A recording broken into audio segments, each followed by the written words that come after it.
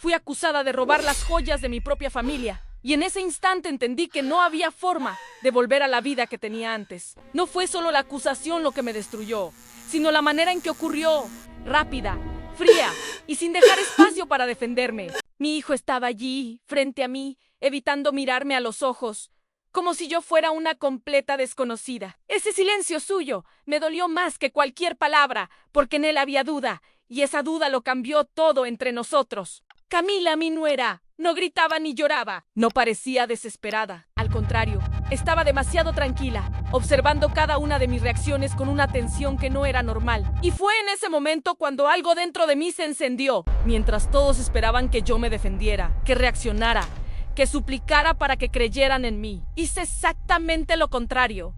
Me quedé en silencio. Y en ese silencio, empecé a entender que aquello no era algo repentino, porque en el fondo, yo ya había notado señales antes, pequeños detalles que nadie más parecía ver. Y en ese momento, mientras todos me juzgaban, tuve la certeza de algo en aquello no era el inicio, era el resultado de algo que llevaba tiempo construyéndose. Me llamo Elena, y durante toda mi vida creí que la familia era el único lugar donde uno nunca tendría que defenderse. Siempre hice todo lo posible por mantener ese hogar unido, incluso cuando las cosas no eran fáciles. Antes de continuar, quiero pedirte algo. Si esta historia te impacta de alguna forma, deja tu like, suscríbete al canal y escribe en los comentarios desde qué ciudad y país estás viendo. Eso significa mucho para mí. Todo comenzó con pequeños cambios, cosas que al principio parecían insignificantes. Conversaciones que se detenían cuando yo entraba, miradas rápidas que se desviaban, un ambiente extraño que no sabía explicar. Camila siempre fue educada conmigo, al menos en apariencia. Pero había algo en ella que nunca me pareció completamente real. Todo en su comportamiento parecía calculado, medido, como si nada fuera espontáneo. Cuando las joyas desaparecieron, no sentí sorpresa, sentí confirmación. Y en ese momento tomé una decisión. No iba a defenderme todavía, porque necesitaba entender hasta dónde llegaría todo aquello. Las joyas desaparecieron en una tarde común, de esas en las que nada parece fuera de lugar. Y tal vez fue precisamente eso lo que hizo todo más perturbador. Cuando me di cuenta de que algo estaba mal, la casa estaba en silencio, como solía estar a esa hora, y no había ninguna señal de que algo importante estaba a punto de suceder. Fue Camila quien habló primero, con una calma que me provocó una incomodidad inmediata, porque no coincidía con alguien que acababa de notar un robo dentro de su propia casa. No parecía confundida, ni nerviosa, ni desesperada, solo firme, como si estuviera confirmando algo que ya esperaba encontrar. Ricardo me llamó poco después, y el tono de su voz fue suficiente para hacerme entender que aquella conversación no sería sencilla. Yo conocía a mi hijo. Sabía reconocer cuando algo lo afectaba profundamente, y en ese momento había algo diferente, algo que nunca antes había visto. Cuando entré en la sala, percibí de inmediato una tensión en el ambiente que no necesitaba explicación. Estaban uno al lado del otro, como si compartieran la misma versión de la historia, mientras yo aún intentaba entender lo que estaba ocurriendo. Eso me provocó una presión en el pecho difícil de ignorar. Él no me acusó directamente, pero hizo preguntas cargadas de duda, y eso fue lo que más me afectó. No fueron las palabras en sí, sino el hecho de que necesitara preguntar, como si existiera una posibilidad real de que yo hubiera hecho aquello. Eso me hirió de una forma silenciosa. Camila observaba todo en silencio, pero había algo en su mirada que me incomodaba profundamente. Era como si estuviera esperando algo específico de mí, como si cada reacción mía fuera importante para confirmar algo que ella ya creía que era verdad. Podría haber reaccionado en ese momento, podría haberme defendido, cuestionado, alzado la voz, pero algo dentro de mí me hizo elegir el silencio. No fue debilidad, fue instinto, porque en el fondo ya sentía que aquella situación no era tan simple como parecía. El ambiente cambió completamente después de esa conversación, aunque nada se dijera de forma directa. Lo sentí en las miradas, en los silencios, en la manera en que cada uno empezó a comportarse dentro de la casa. Era como si yo hubiera dejado de ser quien siempre fui allí. Esa noche casi no pude dormir, no por miedo, sino porque mi mente no dejaba de repasar cada detalle, intentando entender qué había detrás de todo aquello. Había algo mal, algo que no encajaba, y esa sensación no hacía más que crecer dentro de mí. Fue entonces cuando entendí que no podía actuar por impulso, que necesitaba observar más, comprender mejor, reunir cada detalle antes de tomar cualquier decisión, porque en ese momento Ya no estaba enfrentando solo una acusación. Estaba entrando en algo mucho más grande. En los días siguientes, la casa dejó de ser un lugar cómodo para mí, incluso sin que nada hubiera cambiado físicamente. Era como si el ambiente hubiera sido contaminado por algo invisible, algo que no se podía tocar, pero que se sentía en cada mirada, en cada silencio, en cada pequeña actitud que antes pasaba desapercibida. Camila comenzó a actuar de una manera aún más cuidadosa, casi demasiado delicada, como si estuviera intentando mantener una imagen de víctima perfecta frente a todo lo que estaba ocurriendo. Sus palabras eran suaves, pero siempre llevaban una intención oculta, algo que insinuaba sin necesidad de decirlo directamente. Ricardo, por su parte, empezó a alejarse de mí poco a poco, de una forma casi imperceptible al principio, pero que pronto se volvió imposible de ignorar. Ya no iniciaba conversaciones como antes, ya no me miraba con la misma naturalidad, y eso empezó a afectarme de una manera más profunda de lo que esperaba. El silencio dentro de la casa adquirió un peso distinto. Ya no era un silencio cómodo, sino uno cargado de juicio, de dudas no expresadas, de pensamientos que circulaban sin ser dichos en voz alta. Y, de alguna forma, yo sabía que todo eso estaba relacionado conmigo. Continué sin defenderme, y eso parecía incomodar aún más. Era como si esperaran una reacción de mi parte, como si mi silencio estuviera rompiendo alguna expectativa que ellos habían construido. Y, de cierta forma, así era. Fue entonces cuando comencé a prestar más atención a los detalles, no solo a lo que se decía, sino principalmente a lo que se evitaba. Pequeños gestos, cambios sutiles en el comportamiento, patrones que empezaban a repetirse y que, juntos, formaban algo que ya no podía ser ignorado. Camila evitaba ciertos temas cuando yo estaba presente, pero notaba que los retomaba cuando creía que no la escuchaba. Había una construcción ocurriendo allí, una narrativa que se reforzaba poco a poco, de forma casi imperceptible para quien no estuviera atento. En algunos momentos, la observaba desde lejos, intentando comprender mejor sus reacciones, y lo que más me llamaba la atención era su consistencia. Nada parecía impulsivo, nada parecía demasiado emocional. Todo era controlado, medido, como si cada acción formara parte de algo más grande. Fue en ese punto cuando mi sospecha dejó de ser solo una sensación y comenzó a convertirse en certeza. No una certeza basada en pruebas, sino en patrones, en comportamiento, en algo que ya no podía ser ignorado. Y fue exactamente ahí cuando entendí que ya no podía limitarme a observar. Necesitaba actuar, pero no de cualquier manera. Tenía que ser algo silencioso, preciso, algo que no despertara sospechas. Porque en ese momento ya sabía que estaba lidiando con alguien que no cometía errores fácilmente. Desde el momento en que decidí actuar, todo dentro de mí cambió de forma silenciosa pero profunda. Ya no era solo alguien siendo observada, juzgada y aislada dentro de su propia casa. También comencé a observar, con una atención mucho mayor, como alguien que sabía que cada detalle podía marcar la diferencia más adelante. Camila continuaba con esa actitud controlada, siempre en el límite entre lo natural y lo ensayado, como si estuviera constantemente consciente de todo lo que ocurría a su alrededor. Y fue precisamente esa consistencia lo que empezó a revelarme más de lo que cualquier error evidente podría mostrar. Comencé a notar patrones que antes parecían insignificantes, pequeños comportamientos que, por separado, no significaban nada, pero que juntos formaban una secuencia demasiado clara para ser ignorada. Ella sabía exactamente cuándo hablar, cuándo callar y, sobre todo, cuándo observar. Había momentos en los que sentía que siempre estaba un paso adelante,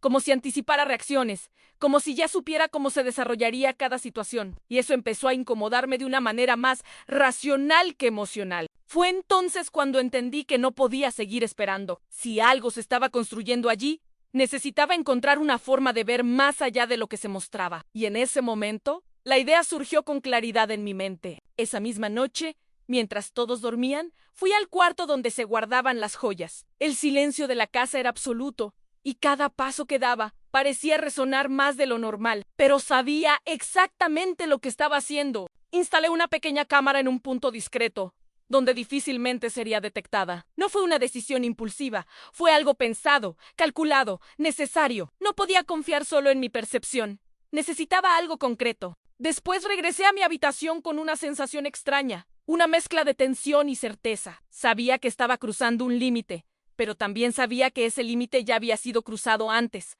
solo que por otra persona. Los días siguientes estuvieron marcados por una espera silenciosa, donde cada movimiento dentro de la casa parecía tener un significado mayor.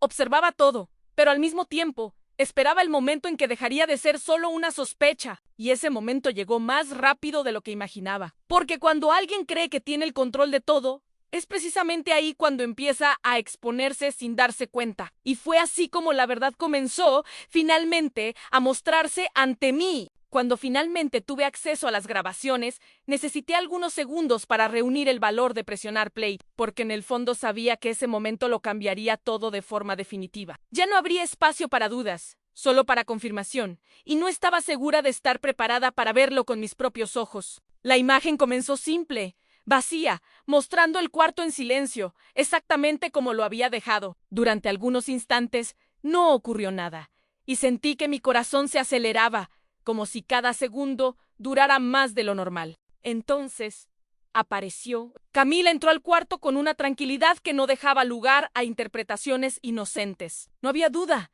no había vacilación, solo certeza en cada paso que daba. Fue directamente al lugar donde estaban guardadas las joyas, como si supiera exactamente dónde buscar. Ese fue el primer golpe real dentro de mí, porque eliminaba cualquier posibilidad de coincidencia. Sin prisa, sin nerviosismo, tomó las joyas y las observó durante algunos segundos, como si evaluara algo, como si ese momento fuera parte de un plan que ya existía desde mucho antes. Sentí como mi cuerpo reaccionaba, mi corazón acelerándose, mis manos enfriándose, pero al mismo tiempo mi mente se mantuvo extrañamente tranquila, porque aquello ya no era una sospecha, era la verdad, clara, directa, imposible de negar. Vi todo hasta el final, sin pausar, sin desviar la mirada, porque sabía que necesitaba entender cada detalle, cada movimiento, cada expresión. No se trataba solo de probar algo, sino de comprender completamente lo que estaba ocurriendo. Cuando el video terminó, me quedé en silencio durante varios minutos,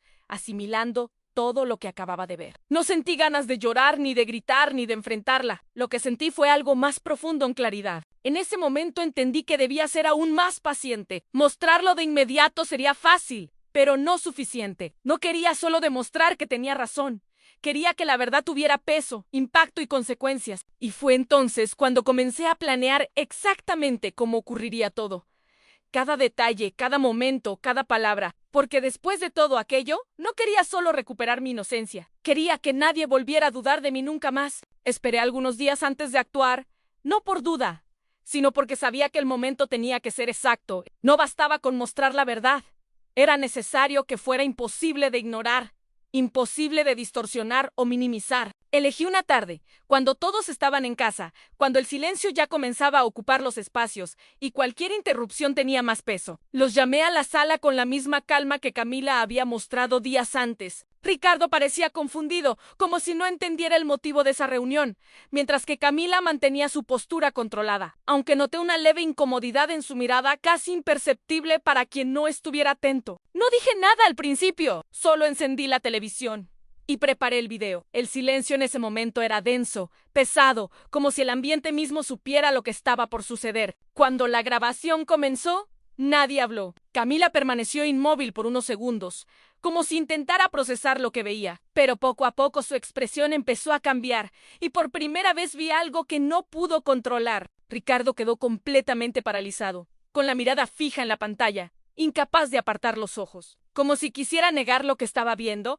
pero al mismo tiempo no pudiera ignorarlo. Yo permanecí en silencio durante toda la grabación, porque no había necesidad de palabras. La verdad estaba allí, clara, directa, imposible de cuestionar. Cuando el video terminó, el silencio continuó por unos segundos, pero ya no era el mismo. No era un silencio de duda, sino de impacto, de confrontación con algo que no podía ser negado. Camila intentó decir algo, pero no logró completar ninguna frase. Por primera vez, parecía perdida, sin control, sin estrategia. Y eso confirmó todo lo que ya sabía. Ricardo me miró, y en esa mirada había arrepentimiento, vergüenza y algo roto que tal vez nunca podría reconstruirse por completo. Y fue en ese momento cuando entendí que la verdad había salido a la luz, pero el precio de esa verdad era más alto de lo que imaginaba. La verdad finalmente descansaba sobre la mesa, desnuda y fría como las joyas que Camila intentó robar. Al ver a Ricardo desmoronarse en el arrepentimiento y a mi nuera perder su máscara de perfección, No sentí la euforia que imaginé. El silencio que se instaló en la sala no era de paz, sino de escombros. Recuperé mi dignidad, pero al mirar a mi hijo vi a un extraño. Alguien que prefirió la mentira de una desconocida a la lealtad de quien le dio la vida. Se hizo justicia. Pero el hogar que protegí por décadas ahora no es más que paredes vacías y recuerdos manchados. Mientras caminaba hacia la puerta, dejé sobre la mesa el collar de esmeraldas, el favorito de mi madre. Camila no lo sabía, pero esas joyas siempre fueron falsas. Las originales las vendí hace años para salvar a Ricardo de una deuda que él nunca supo que existía. Mi nuera no robó una fortuna, robó una ilusión. Permití que ella siguiera con su plan y observé cada paso con Pachi, encía, no para proteger el oro, sino para probar hasta dónde llegaría su ambición y hasta dónde la ceguera de mi hijo me excluiría de esta familia. Ahora queda la duda. ¿Quién fue la verdadera maestra de este juego? ¿Camila, que actuó por codicia? ¿O yo, que usé réplicas de vidrio para destruir el teatro que montaron? El secreto muere conmigo, mientras ellos se quedan atrás, devorados por la culpa de un crimen cometido por objetos sin valor. A veces, para revelar quiénes son las personas realmente, hay que darles la cuerda exacta para que se ahorquen. Salgo de esta casa sin mis joyas, pero con lo único que su dinero jamás podrá comprar. La libertad de saber que, al final, aquí nadie es verdaderamente inocente.